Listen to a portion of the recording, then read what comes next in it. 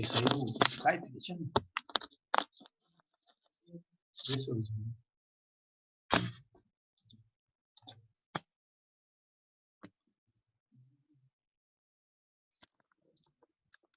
eu. Bota. Escreveu. Rússia. Rússia, Rússia no pedaço. Maria Eduarda.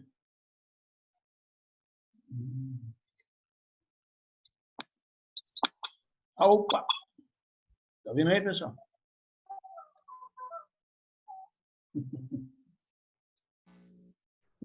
Bruna Kelly. Ana Luísa.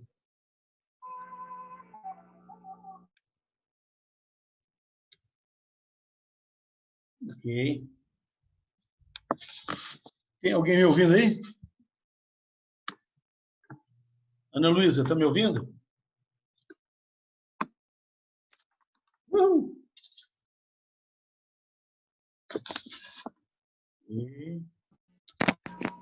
Sim, tá dando para ouvir certinho. E até o Sival tá no pedaço, velho. O Sival tá dando exemplo.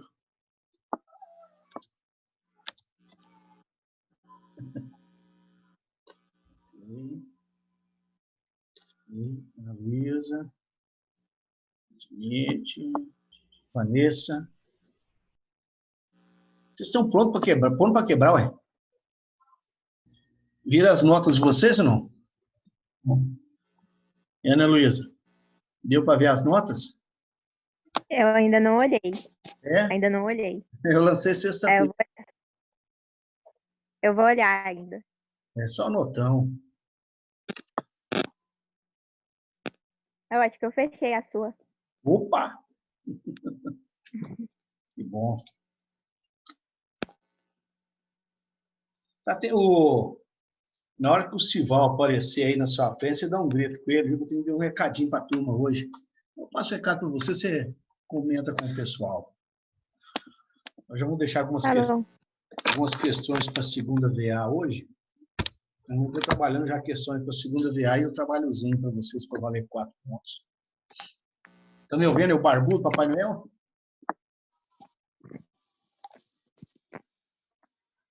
Ana Luísa. Luísa, Sival, Bruna Kelly. Sival. Oi, pessoal, tá ouvindo? Ô, Sival. Boa noite, estou ouvindo aqui. Boa noite. Sival, só uma gentileza aí. Eu sei que vocês que estão aí, acho que todos vocês participaram como é que chama, da aula passada. Eu só gostaria de saber se na aula passada eu falei para vocês um pouquinho de Cartésio. Cartésio? É. Se eu falei um pouquinho da filosofia moderna. Não, falou não. Falou não, né? Não. Ok. Eu vou falar hoje, então, para vocês da filosofia moderna e deixar um trabalhozinho aí, Sival, você que é representante da turma, já vai pedir para a turma ir trabalhando para valer parte da segunda VA. Outra coisa também, vai chegar aí para vocês, vai ser depositado para vocês um texto um pouco grande sobre o método cartesiano. Vocês estudem ele de cima para baixo, de baixo para cima e de cabeça para baixo, entendeu? Porque dali nós vamos tirar umas 4 questões para a nossa verificação da segunda VA. Bom? O doutor Daniel vai mandar para vocês o texto. Eu vou aqui colocar a Júlia e a Natália Ribeiro também que chegaram. As que estão no exterior, vão participar. Bom, pedi vocês para anotar, nós vamos falar agora. Muito bem. Qualquer dúvida do lado aí, pessoal, levante a mão. Eu não vou estar enxergando vocês, mas dá um sinalzinho, né? Eu não estou conseguindo ver vocês, mas a voz de vocês eu ouço. Muito bem. Hoje nós vamos entrar na filosofia moderna com vocês. Ó.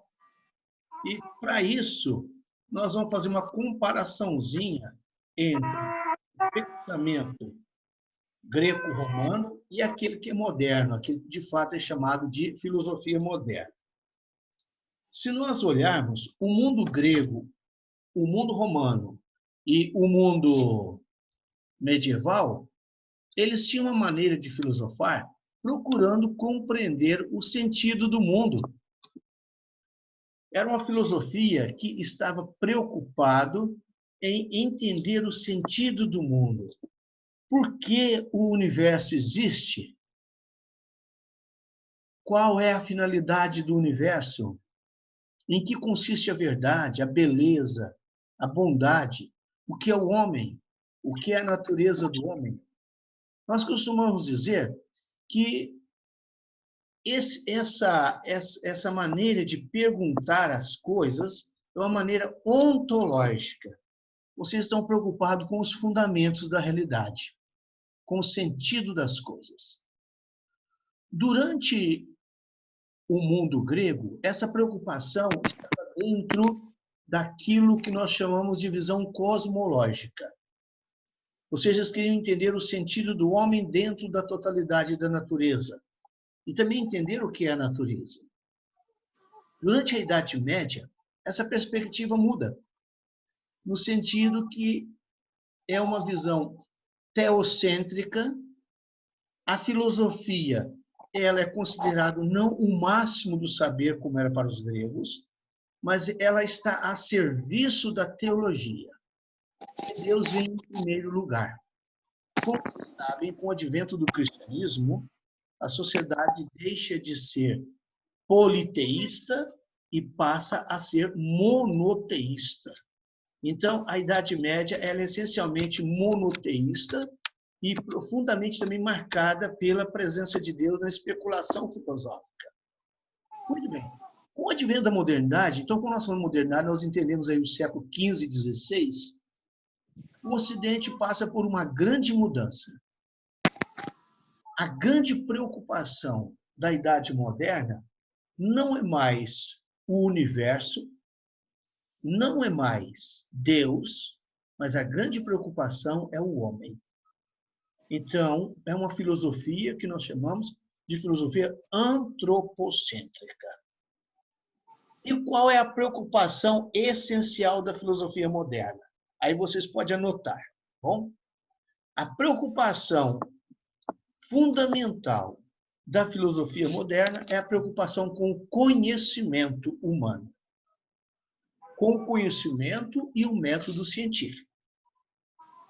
Conhecimento e método científico. Nós costumamos dizer em filosofia umas palavrinhas difíceis, quais sejam elas. Se a preocupação é com o universo, nós chamamos que é uma preocupação cosmocêntrica. Se a preocupação é com Deus, é uma preocupação teocêntrica. Mas tanto o universo como Deus é considerado ser primeiro.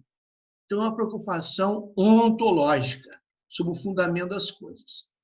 Enquanto que a preocupação antropocêntrica, que preocupa com o homem em primeiro lugar, tentando descrever o que é o conhecimento e tentando descrever o método, e nesse caso o método científico que está surgindo, nós dizemos que essa preocupação é uma preocupação epistemológica.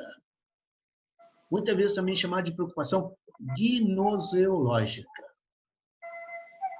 É aquela preocupação que tenta descrever a origem e o alcance do conhecimento. A origem e o alcance do conhecimento. Como é que surge no homem o conhecimento e até onde vai o conhecimento humano? E, além do mais, a preocupação de como estabelecer regras, procedimentos rígidos que devem ser observados para poder compreender a dinâmica da ciência que tenta tomar posse da realidade. Muito bem, nós vamos dizer que a modernidade ela tem os seus pais. Assim como Tales de Mileto é o pai da filosofia grega, desculpa, Agostinho é o pai da filosofia medieval, nós temos os filósofos também que são pais da modernidade. E o pai da modernidade fica essa briga tremenda entre franceses e ingleses. houve aí um consenso de que o pai da filosofia moderna é Descartes. Se escreve Descartes, quer dizer, 10 folhas. Aí 10 folhas latinizado fica Cartésios, quer dizer, feito de papel.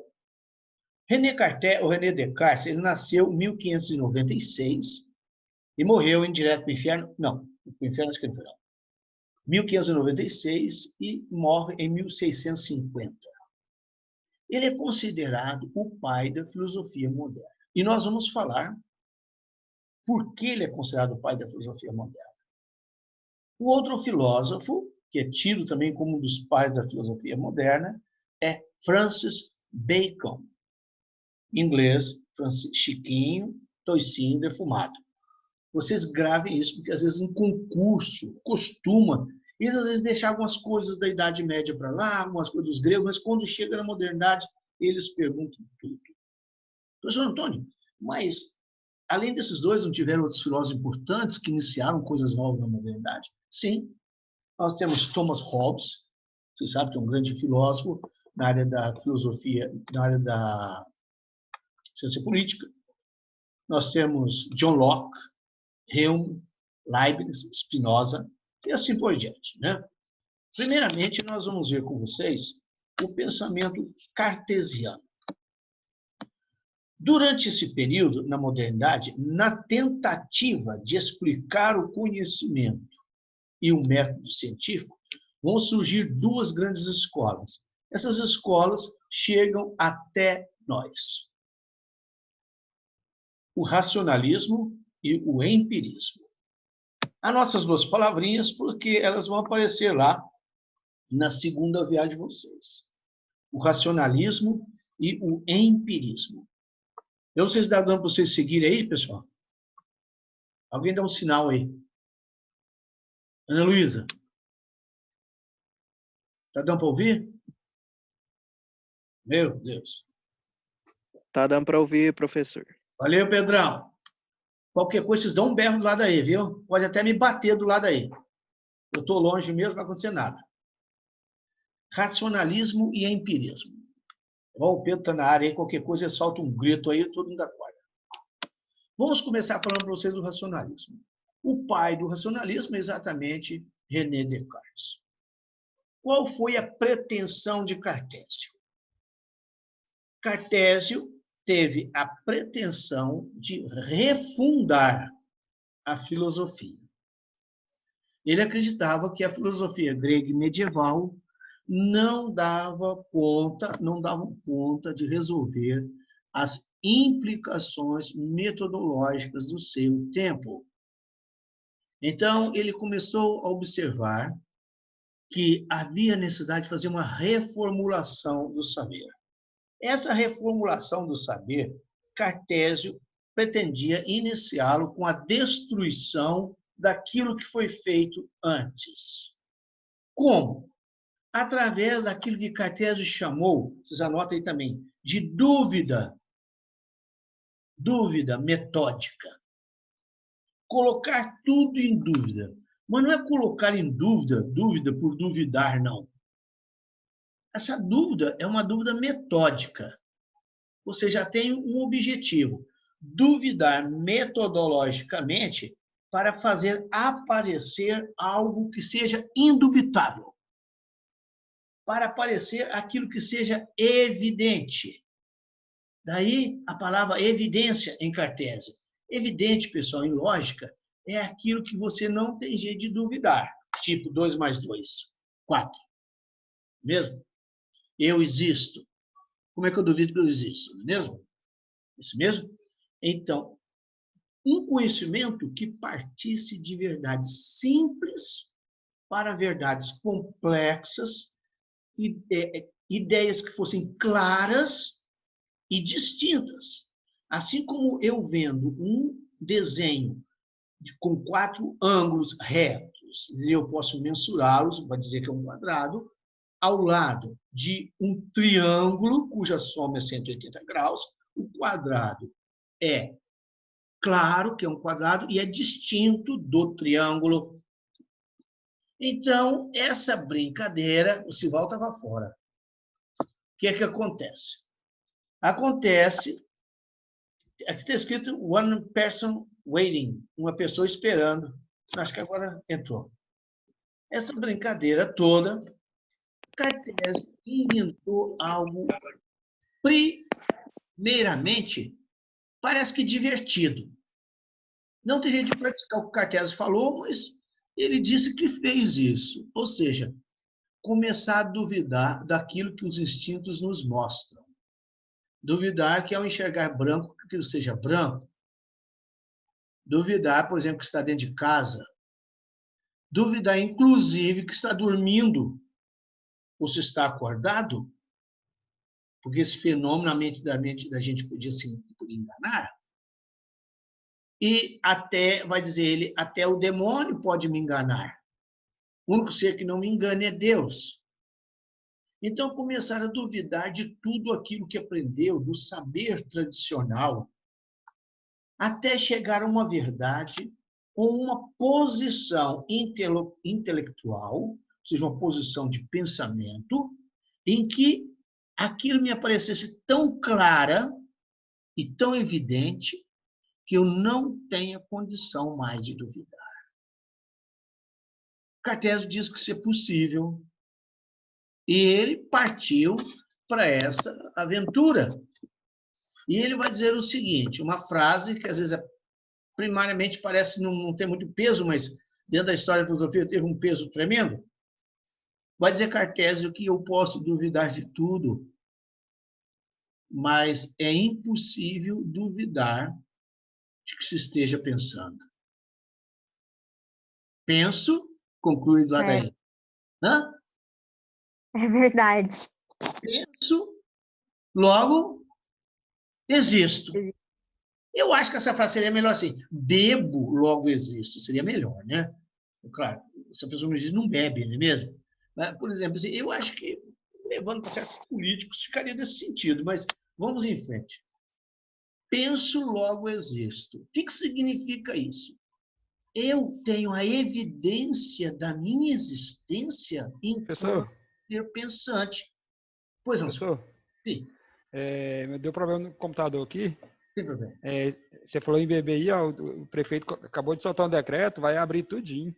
Mas eu amo esse prefeito. Menos as aulas, lógico, né? Porque acho que não depende dele ainda. Mas o comércio vai abrir já. Vai? Eu amo esse prefeito. Qual o nome do prefeito mesmo? Não Roberto. fala não. Não fala não. É meu amigo, é meu amigo. Vai abrir academia, bar, tudinho. Tamo junto. Academia não tô muito mais não. Então, penso, vivo, logo existo. Essa frase tem um peso imenso. Sabe por quê? Porque a verdade, pessoal, agora não parte mais do mundo externo, sabia? A verdade parte do homem, do pensamento humano. A verdade não me é dada mais pela natureza, mas a verdade agora é dada pelo meu pensamento. E a primeira verdade é o homem se advertir como um ser pensante, porque não tem jeito de duvidar de que somos seres pensantes. Ok? Muito bem. Esse penso, logo existo, Cartésio usou um termo em latim. Cogito, vamos falar cogito, né? Cogito ergo sum. Se vocês observarem isso num concurso, cogito ergo sum significa penso, logo existo. É a frase em que Cartésio vai dizer: a ciência brota não da observação da natureza,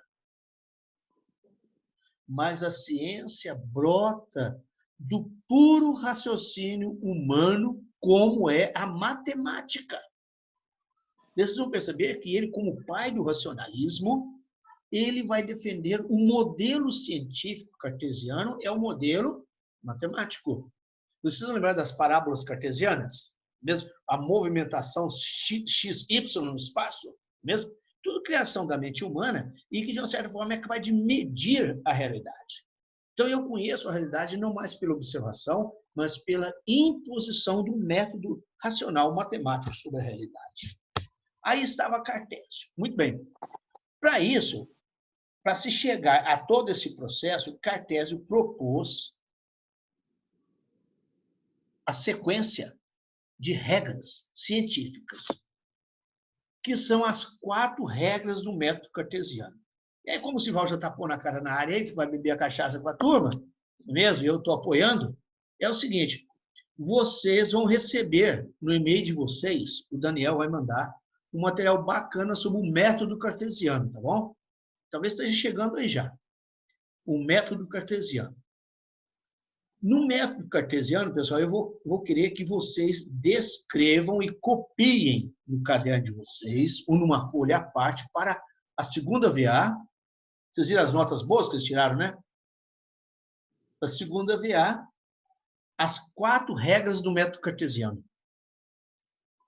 As 4 regras do método cartesiano. Pegou aí, Pedro? Todo mundo vai escrever essas regras, tá bom? As 4 regras do método cartesiano. Eu gostaria de falá-las agora para vocês, porque a primeira é a evidência, a segunda é a análise, a terceira é a síntese e a quarta é a enumeração.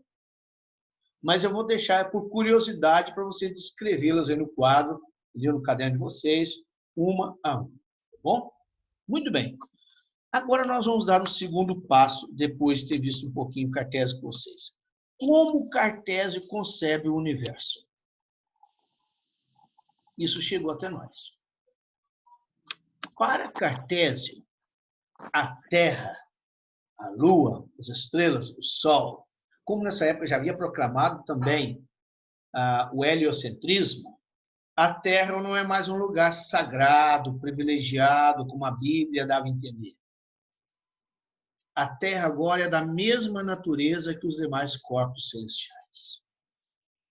E os demais corpos celestiais têm somente 2 propriedades: extensão e movimento. Extensão e movimento. Se nós dissermos que o universo é bom... Se alguém quiser perguntar alguma coisa, pessoal, fica à vontade. Se dissermos se o universo é bom, ruim, tem finalidade ou não, nós não sabemos mais. A filosofia agora não quer saber mais o porquê das coisas, mas o como as coisas são. E saber o como as coisas são significa descobrir as leis que governam o universo. E o universo é composto de 2 coisas: extensão e movimento. Então, se pode calcular o universo segundo a sua extensão e movimento, utilizando-se da geometria. Vocês não esqueçam que Cartésio é um dos criadores da geometria atual. Ok? Ana Luísa sabe tudo isso aí, depois pode explicar para vocês. Caminhando para frente, chegando a Ellen. Chegou. Caminhando um pouco à frente. Professor, Sim? a Ana Luísa ela só não gosta de espiritualidade. Ah, não gosta, não? Não, que ela... Inclusive, Como assim? Claro que eu gosto de espiritualidade, Sival. Inclusive, eu estou escutando um mantra aqui agora mesmo. Estou escutando Gandharva Veda. É uma música que você escuta em um horário específico para reequilibrar os chakras. Ó. Eu sei o que é chácara. Agora, chakra, já não sei, não. Chakra. Tá bom, Luiz. Tá bom. Sou espiritualizada, assim, Sival. Então, tá beleza. De uma certa forma, estamos todos... Professor, sobre chakra, só conheço aquele da Globo lá, Guga Chakra. Ah, tem um jornalista. Tem isso mesmo. Caminhando um pouco adiante, as propriedades do universo são a extensão e o movimento. Mas, vai dizer Cartésio, se nós pararmos bem e pensarmos, além do universo, tem alguma coisa que tem mais do que extensão e movimento. Somos nós. Então, Cartésio vai dizer, gente, tudo no universo é extensão e movimento. E nós somos pensamento. Então, Cartésio vai dividir a realidade em 2 dimensões. Ele vai chamar de res cogitans, somos nós, é a substância pensante, res cogitans, e tem uma coisa chamada res extensa. A res extensa é o universo, composto de extensão e movimento. Extensão e movimento. E res cogitans é a substância pensante, somos nós. Simplificou tudo. Muito bem. Vamos deixar um pouquinho o Cartésio de lado. Vamos caminhar um pouco adiante agora. Como eu havia dito para vocês, a filosofia moderna, ao procurar explicar o conhecimento humano, como ele origina e até onde ele vai, acabou produzindo duas grandes escolas, o racionalismo e o empirismo. Racionalismo e empirismo. O racionalismo vai dominar a Europa continental. Se você pega França, Alemanha, Itália, Portugal, Espanha, Noruega, Dinamarca, Rússia, todo esse povo vai ser contaminado pelo pensamento cartesiano. O pensamento cartesiano ele tem dois nomes, racionalismo ou mecanicismo. Racionalismo, vamos ver para vocês agora o que é, e mecanicismo, porque para Cartésio tudo que existe obedece a leis mecânicas. E do outro lado da Europa chega um outro movimento. Surge na Inglaterra, na Ilha Britânica, a Inglaterra, um outro movimento, que vai ser o empirismo. Vamos começar primeiro com o racionalismo. O que é o racionalismo? Eu vou falar um pouquinho mais lento, para vocês vão poder tomar nota de alguma coisa. Para o racionalismo, somente a razão é capaz de fundamentar e garantir a verdade. Fundamentar e garantir a verdade.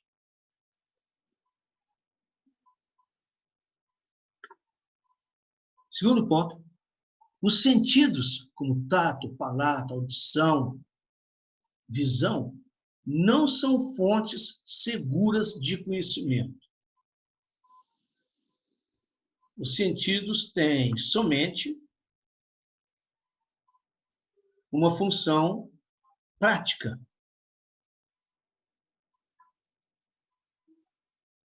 Tudo aquilo que os sentidos produzem é passível de dúvida, enquanto que a verdade segura é somente aquela da razão. Terceiro ponto para o racionalismo é que para o racionalismo, a Júlia chegou, é que para o racionalismo, o ser humano possui ideias inatas.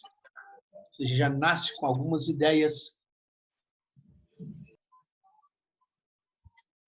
Essas ideias vão sendo desenvolvidas por nós mesmos ao longo da nossa vida. Tipo, ideias de número, de figuras geométricas, ideia de Deus, de justiça, de substância, que são ideias inatas. Já estão em nós. E qual seria o modelo de ciência para o racionalismo? O modelo perfeito de ciência, e que todas as outras devem obedecer esse modelo, são as ciências matemáticas. Exatamente porque elas são exatas, seguras, dão ao homem segurança. Vocês imaginam essa postura racionalista, como vai ter uma força imensa no campo da ciência, e continua até hoje, não é mesmo? A valorização da matemática. Nós sabemos que o grau de desenvolvimento de uma nação tem muito a ver com o grau de domínio matemático. Então, esses racionalistas, a partir de Cartésio, eles dão uma grande contribuição nesse ponto. Mesmo até sem matemática não se produz nada no país de seguro. Imagina numa febre, igual nós estamos vendo atualmente, o coronavírus, se nós fôssemos um país atrasado cientificamente. Estaria pior do que está. Mesmo?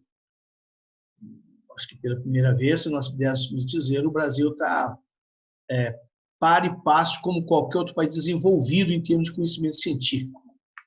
E todo conhecimento científico ele passa através do grau de desenvolvimento matemático de uma nação.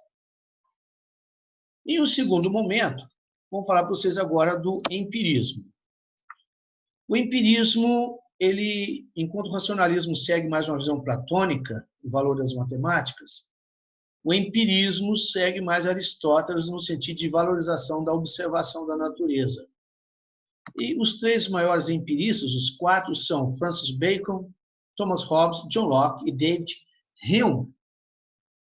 Vocês vão encontrar esses nomes lá no texto. Muito bem.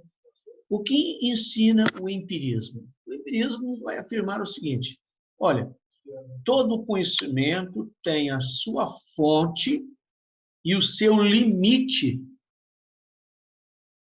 no que os sentidos conseguem captar. Vou repetir. O empirismo afirma que o conhecimento tem a sua base e o seu limite naquilo que os sentidos conseguem captar.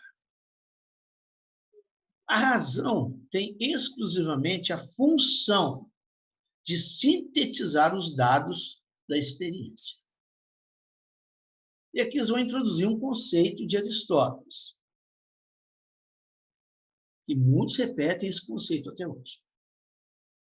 Nada chega ao intelecto sem primeiro passar pelos sentidos. Nada chega ao intelecto sem primeiro passar pelos sentidos. O intelecto, a mente humana, é uma tábula rasa. É uma folha em branco quando nasce. E continuará uma tábula rasa, uma folha em branco, enquanto os sentidos não oferecerem algum dado concreto da realidade.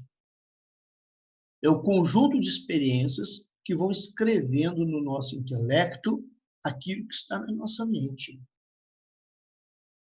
Se eu nunca vi maçã, nunca comi maçã, ninguém me falou a palavra maçã, eu não li a palavra maçã, eu não tenho ideia de maçã, vai dizer isso. Okay? É o conceito de tábula rasa, o conceito de folha em branco. Bom? É como aquilo do qual eu não fiz experiência e alguém também não me falou, é como se não existisse para mim. Depois, não existem ideias inatas para os empiristas. Não há ideias inatas. Não existem ideias inatas. Nós não temos nenhuma ideia inata.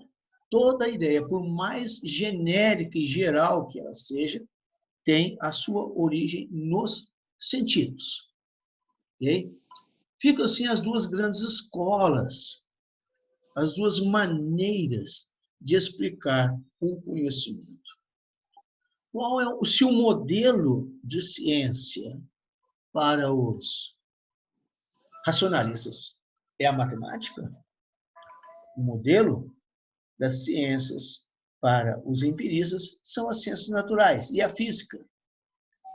Porque, para eles, fazer ciência significa observar atentamente a realidade e saber descrever os fenômenos tais quais eles aparecem. Tal qual eles aparecem.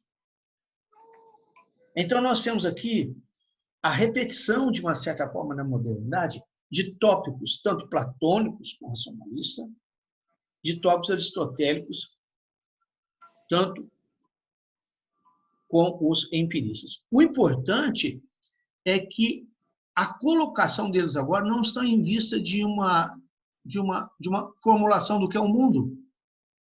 Está em vista de uma elaboração de método científico e do conhecimento científico do mundo, não para ver para onde o mundo está indo, qual o sentido da existência, mas para ver como o mundo funciona. Ok? Bom, deixo vocês com essas ideias, vão chegar na mão de vocês o texto. Utilizem a minha biblioteca, vocês conhecem, né, esse sistema da Biblioteca da Evangélica, que é uma beleza. Eu gostaria de dizer somente umas 2 palavrinhas, que ainda há tempo, é que durante a modernidade surgem 2 fenômenos com os quais nós lidamos com eles no dia a dia, atualmente, e dos quais nós não conseguimos nos livrar nunca mais, tá bom? E que estão em crise. Surge durante a modernidade o Estado e a ciência moderna. A ciência vem se modificando, o Estado vem se modificando, mas a ciência que temos hoje surge na modernidade, como ela tem hoje, como existe hoje na modernidade, e também o Estado, do qual nós não conseguimos escapar. Essa figura que nós temos, que é o Estado, como uma unidade político-jurídica composta de povo, território e soberania, isso é uma criação moderna. Vou citar aqui alguns pensadores que, ao elaborar teoricamente esse monstro, como Thomas Hobbes chama de Leviatã, mesmo, que já havia se formando com a crise do modelo feudal da Idade Média, ele continua entre nós. Então, nós temos aí Maquiavel, com o Príncipe, deve ser lembrado, que já está entre a Idade Média e a Modernidade, Thomas Hobbes, com Leviatã, John Locke, os 2 tratados sobre o governo civil, okay? E depois os iluministas, como Montesquieu, com o espírito das leis, e Rousseau, com o contrato social. É importante vocês entenderem que vão se formando as nações modernas. Surge, primeiro, um governo geralmente absolutista, os estados surgem na forma absolutista de governo, e posteriormente vai se tornando liberal, até chegar ao Estado democrático no século XX. Mas, assim como é importante lembrar que a ciência moderna, que é incentivada por filósofos, cientistas propriamente dito também, se é uma das grandes criações da modernidade, o Estado não é menos importante. Essa organização sem a qual nós não saberíamos que rumo ir, não é mesmo? Não só se define os povos, mas se define os territórios, sobretudo a partir do Tratado de Westfália de 1648, mas se define também as soberanias, não é mesmo? O poder ilimitado, vamos dizer assim, de um ente terreno puramente humano, construído por seres humanos, para que as pessoas vivessem em paz, não é mesmo? A crise do Estado moderno só acontece a partir de 45, quando, com a criação da ONU, limita a sua soberania absoluta em termos internos. Mas até a prova contrária, mesmo o Estado está aí, mesmo com crise, e é uma das grandes invenções da nossa era. Muito obrigado pela atenção. Vai chegar na mão de vocês a aula de hoje, mesmo aí da PUC do Rio de Janeiro, que é uma baita instituição que você só tem a aprender. Aquele abraço, pessoal. Até a próxima. Até a próxima. Se Deus quiser. Ô, João, olha que isso foi gravado.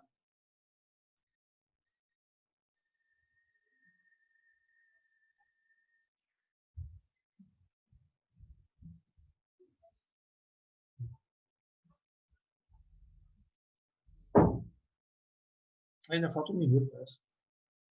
Não, pode olhar esse já foi. Não, já terminou. Já.